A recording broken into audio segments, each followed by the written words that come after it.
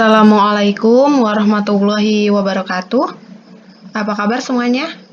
Ibu harap kalian semua dalam keadaan sehat walafiat ya. Oke, hari ini kita akan belajar tentang teks eksplanasi.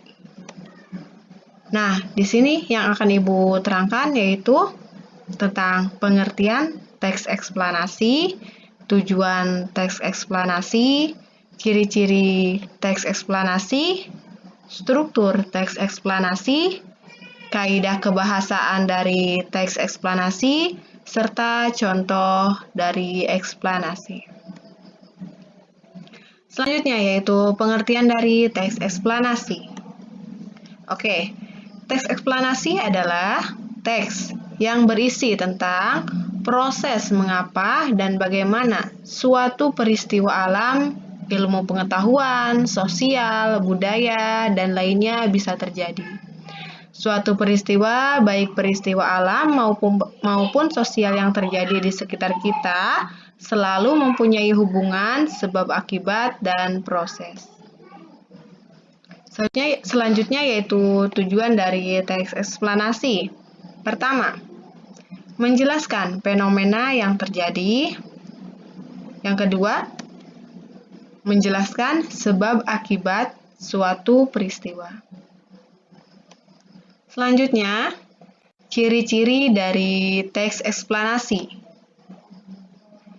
Pertama, strukturnya terdiri dari pernyataan umum, urutan sebab akibat, dan interpretasi. Kedua, informasi yang dimuat berdasarkan fakta atau faktual. Ketiga, faktual tersebut memuat informasi yang bersifat ilmiah atau keilmuan, contohnya sains.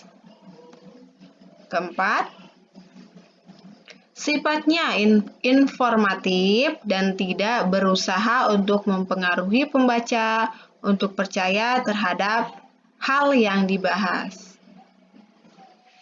Kelima atau terakhir, memiliki atau menggunakan square marker seperti pertama, kedua, ketiga, dan sebagainya.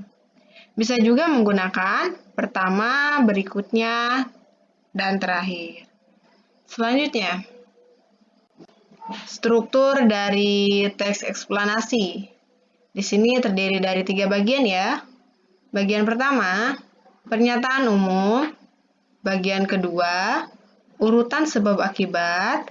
Bagian ketiga, interpretasi. Nah, yang pertama, pernyataan umum berisi pernyataan umum mengenai topik yang akan dijelaskan, proses-proses terjadinya atau proses keberadaan.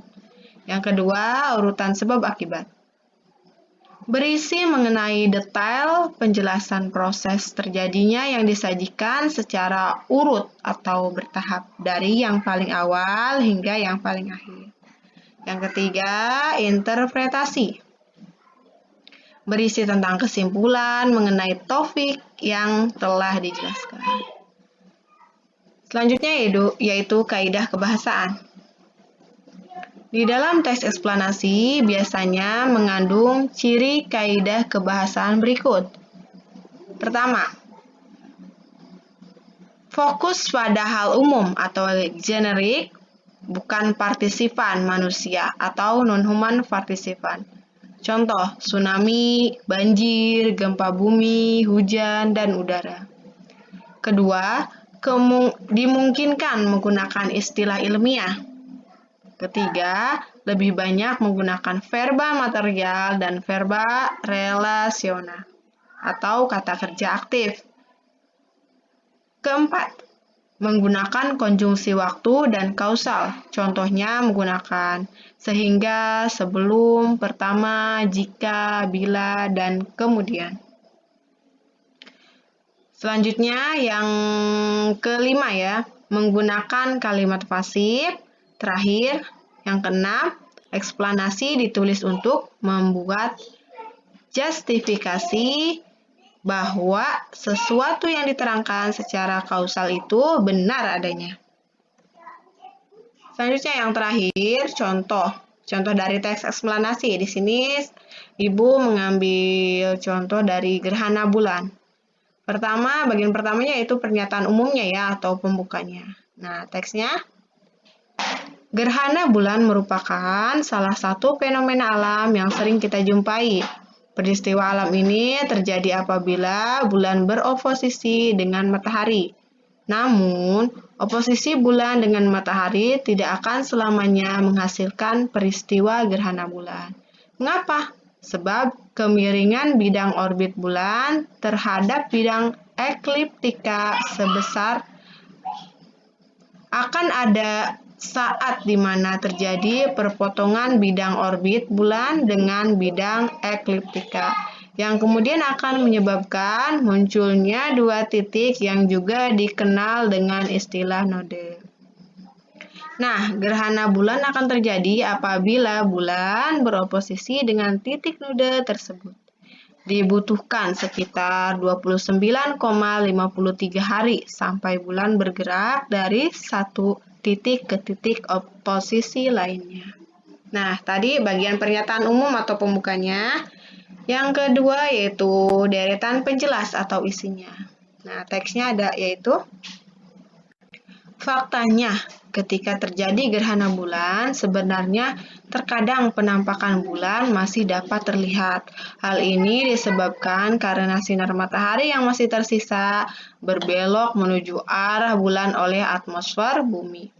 Sinar matahari yang dibelokkan itu tentu memiliki spektrum cahaya kemerahan, yang merupakan alasan mengapa saat peristiwa gerhana bulan, tampilan bulan akan terlihat lebih gelap, biasanya berwarna merah gelap, jingga, atau bahkan coklat. Untuk mengamati gerhana bulan, dapat Anda lakukan dengan mata telanjang tanpa adanya bahaya sedikitpun. Pada saat terjadi gerhana bulan, umat Islam yang melihat dan mengamati peristiwa gerhana tersebut disunahkan untuk melakukan sholat gerhana bulan atau sholat khusyuk. Yang ketiga, terakhir, yaitu interpretasi. Teksnya, ketika bayangan bumi menutupi sebagian atau seluruh penampakan bulan, maka pada saat itulah akan terjadi gerhana bulan. Terutama ketika bumi menempati posisi di antara matahari dan bulan dan berada pada satu garis lurus yang sama, yang kemudian membuat sinar matahari tidak dapat mencapai bulan karena dihalangi oleh posisi bumi saat itu. Oke, terima kasih banyak. Sekian pemaparan dari Ibu. Mohon maaf jika ada salah-salah kata dan kekurangan. Terima kasih. Wassalamualaikum warahmatullahi wabarakatuh.